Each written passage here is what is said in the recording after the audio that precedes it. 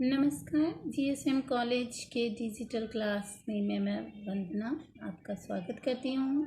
आज इस वीडियो में मैं आपके साथ किशोर अवस्था से संबंधित जो इन्होंने मनोवैज्ञानिकों ने जो अपने दृष्टिकोण दिए हैं उनको जो हो लेकर आई हूँ।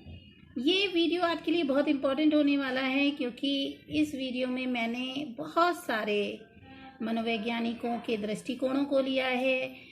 अक्सर जो है प्रश्न पत्र में ये प्रश्न आते हैं कि ये कथन किसका है, ये किसने कहा है, जो ऐसे इस तरीके के। तो मैंने एक ही वीडियो में बहुत सारे मनोवैज्ञानिकों को लेने की कोशिश करी है।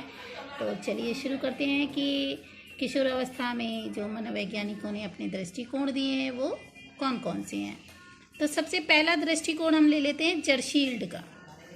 जरशील्ड कहते हैं कि किशोर अवस्था वह समय है जिसमें व्यक्ति बाल्यकाल से प्रौढ़ता की ओर विकसित होता है।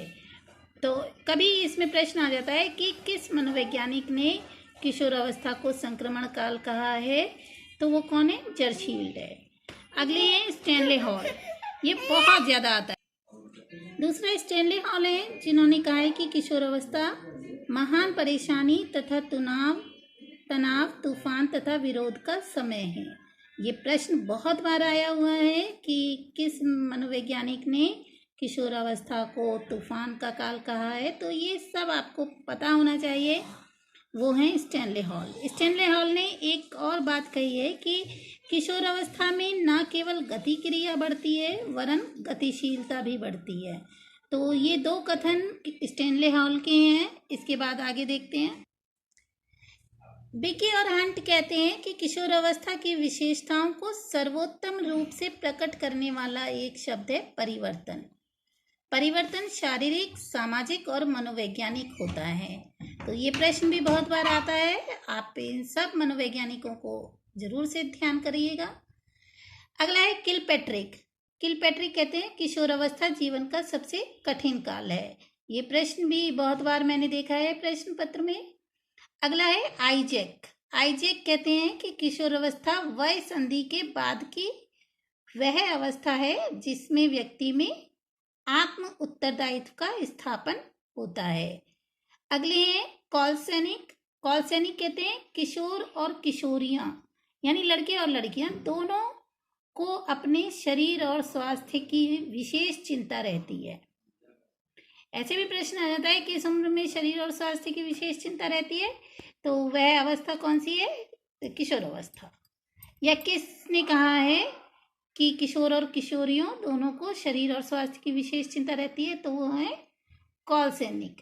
किशोरों के लिए सबल, स्वस्थ और उत्साही बनना तथा किशोरियों के लिए अपनी आकृति को नारी जातीय आकर्षण प्रदान करना जो है वो महत्वपूर्ण होता है।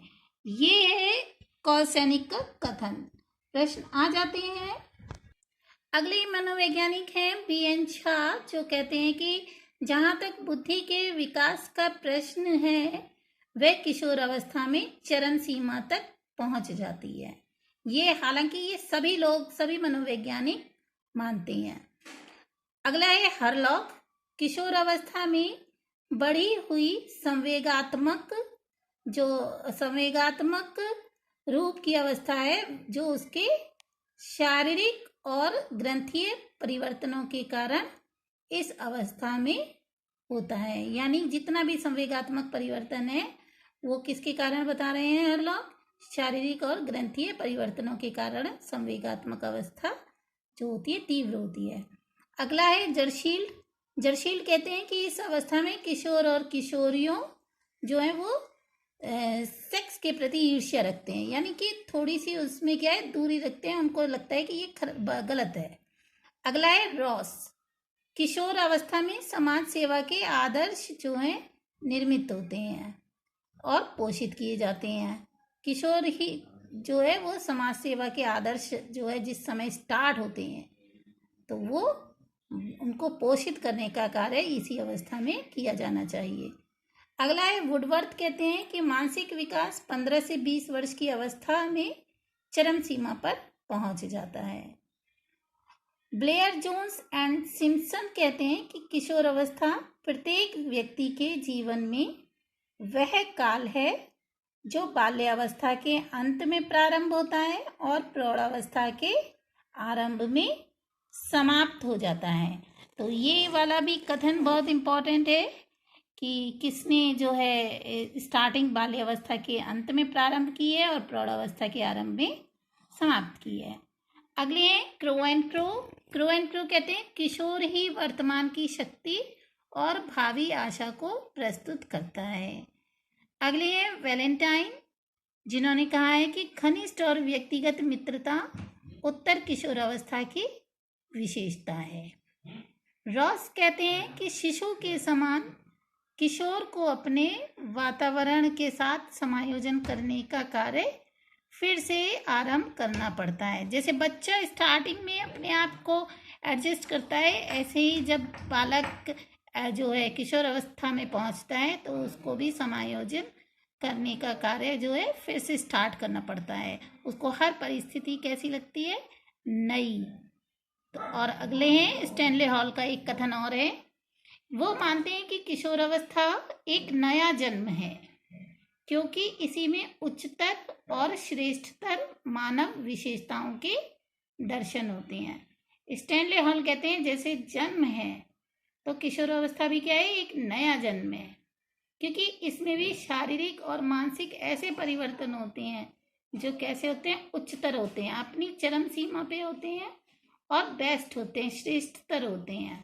तो उसके जो दर्शन हैं वो हमें इसी अवस्था में दिखाई देते हैं, जिसके कारण किशोर अवस्था बहुत ही नाजुक अवस्था कही गई है।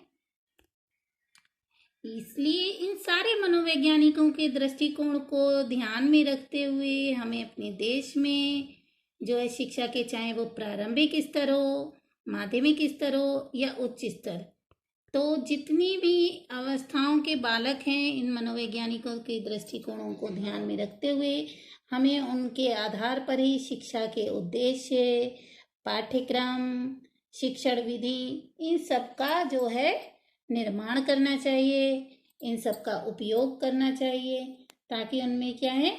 उचित रूप से जो है भावों का, आदर्शों का, मानवीयता का और सहानुभूति का जो है निर्माण हो सके।